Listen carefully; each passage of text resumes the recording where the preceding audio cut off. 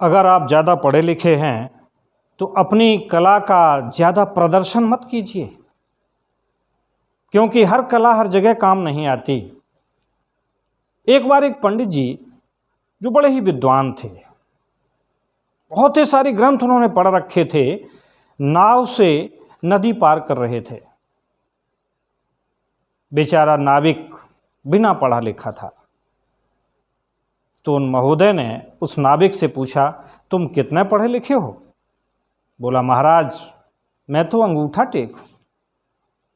अब पंडित जी बोले, तेरा जीवन तो बिल्कुल बेकार है, तूने कुछ नहीं सीखा। बोला, महाराज जब नाव चलाने से फुर्सत मिले, इसी से हमारा गुजारा होता है, पढ़ने का समय कहाँ मिलता है, सुबह से शाम तक हम यहाँ लगे रहते हैं। पंडित जी ने फिर प्रश्न किया, तुझे गणित आता है?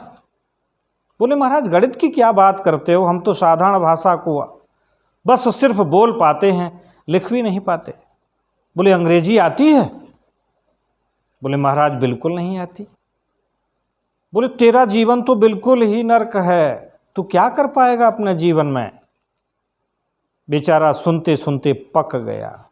अब ये इच्छा हो रही थी, या तो नाव छोड़ के जाऊं या पंडित जी को छोड़ के चला जाऊं।